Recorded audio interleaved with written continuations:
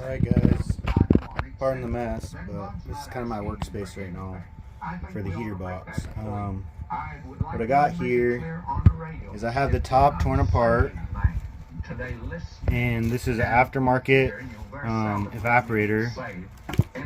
I took this foam off, and the backing that was on there wasn't very good, so I put black vinyl tape on the back of it, and then I used I think it's called Lexan, or it's not Lexan, it's something Lex. It's a clear waterproof, mildew resistant sealant, and then I took clothespins to keep it on there until it was dry. It's supposed to set up in within a half hour, be tacky, and then be fully cured within 48 hours, I think. So what we have here, and this has gotten dirty because I'm working on the truck, is a micro guard. So it's O'Reilly's 3901 cabin air filter. This one is a activated carbon one. Here are the dimensions: 9.5 inches in length. So that's actually going to be the height, not the length. That's going to be the height. So this dark side has activated carbon in it, and that side goes with the airflow. And what I did was I removed it. In the picture here you see this plastic housing for it. It has this plastic housing. The foam came off. I took the filter out of the housing. I took a flapper disc to this corner because this portion of the lid hits it. This is where the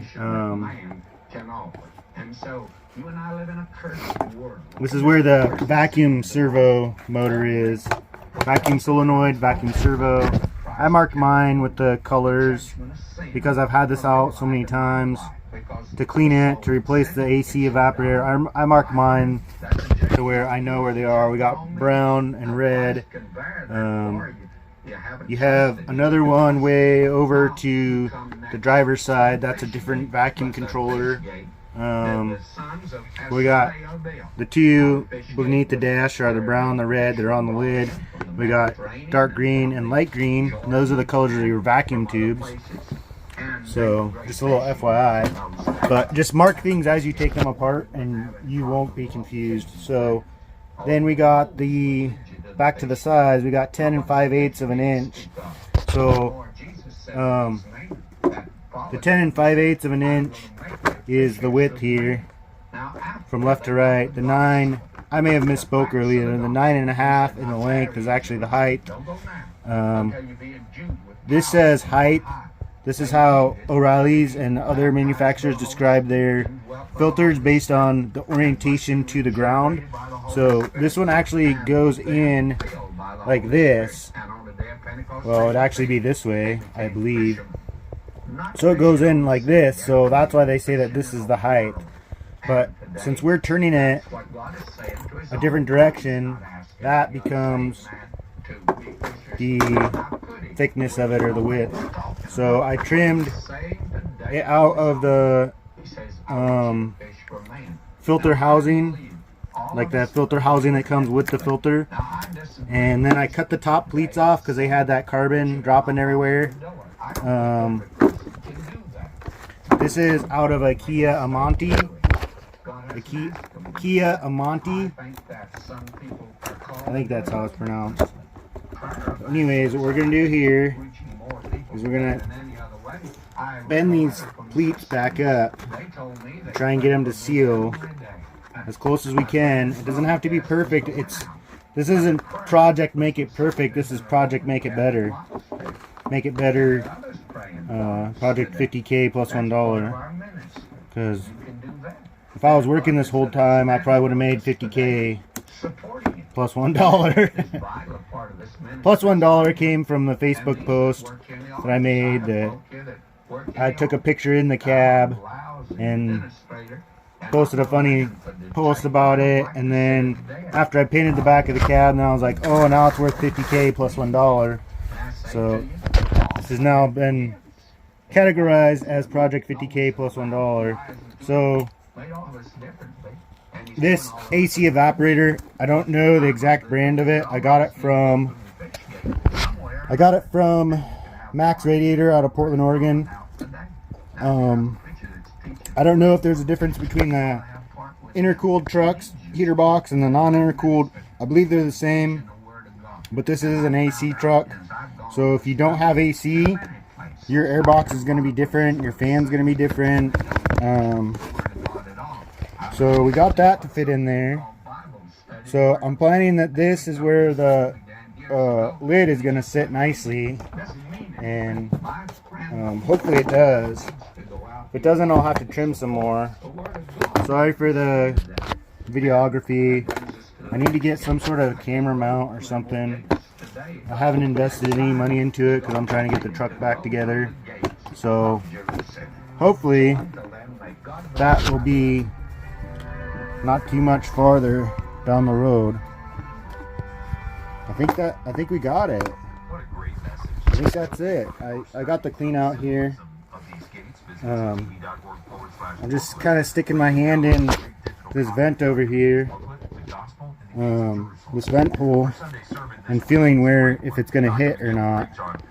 And to me, I mean, yeah, I can get my finger in there. Yeah, it squishes down all the way 100%. So I mean, I could maybe clearance it some more, but I think I'm pretty satisfied with that. I'm probably going to plug the fan in when I fix the wheel. I cracked the wheel, but when I fix that fan, I'm going to test it to make sure that there's not any air leaks. So you do indeed have to trim this a little bit. The other option is to leave this out. It comes with a little tab here. I cut that off last night, filed it down, removed any burrs, but I'm pretty happy with this. We're going to say that this is a success. I'm going to bolt this together, go fix the heater blower, fan. I got some, I think it's JB Weld. I got some JB Weld epoxy. I'm going to epoxy this, throw everything back together until I can get a replacement. I know that the new ones are really hard to find. I don't know if there are any new ones that will actually work or not, because you can't find them. I called LMC Truck. They can't guarantee that the earlier style trucks fit, so I doubt that they fit. I bet the wheels are different. So if you do service your AC and you need to take your wheel off, be sure that you lube this and that you take this, there's a little spring clip on here that holds this. You can see it's split. It's designed like that. That spring clip holds it onto the shaft, and this is actually a D shaft. So there's a slot, a flat slot on, there's a flat edge on that rod, and that's what transmits the power to the wheel. Now I'm not 100% sure because this fan was so dirty. It had dust all over it.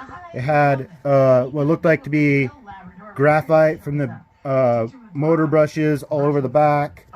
I'm not sure, but I think it was partially cracked. I ended up cleaning the heater box in the bathtub, scrubbed it all out, and I ended up dropping the fan, the motor with the fan attached to it, on the fan. So that's my bad. I knew it was an issue that guys would break these when they replace their motor, and I was trying to be careful, but I wasn't careful enough. So just take extra care.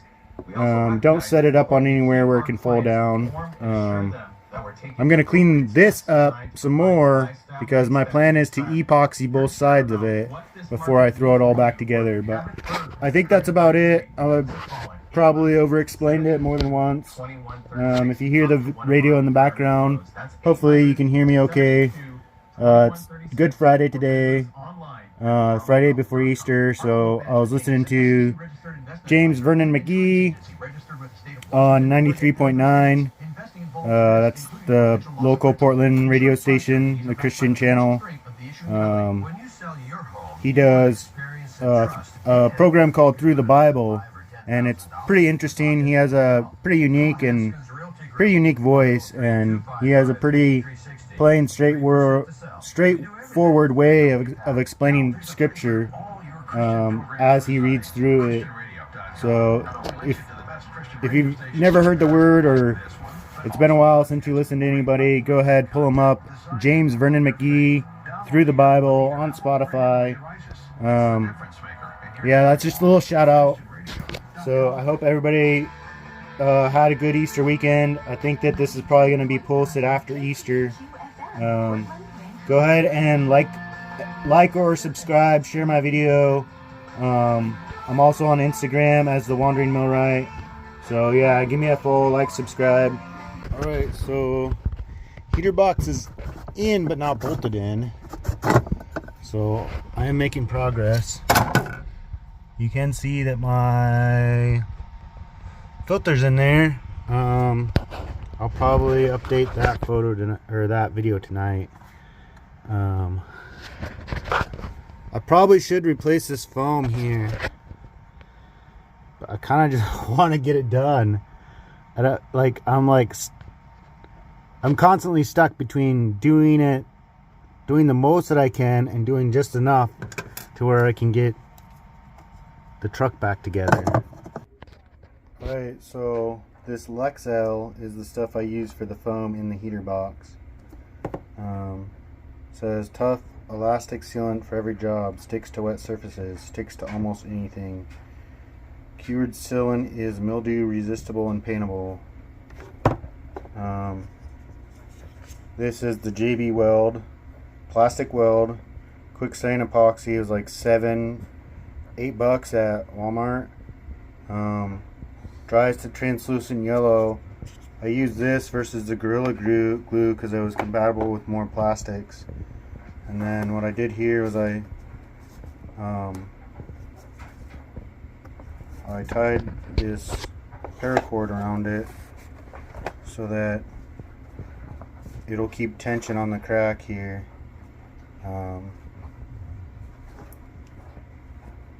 This is called a taut line hitch.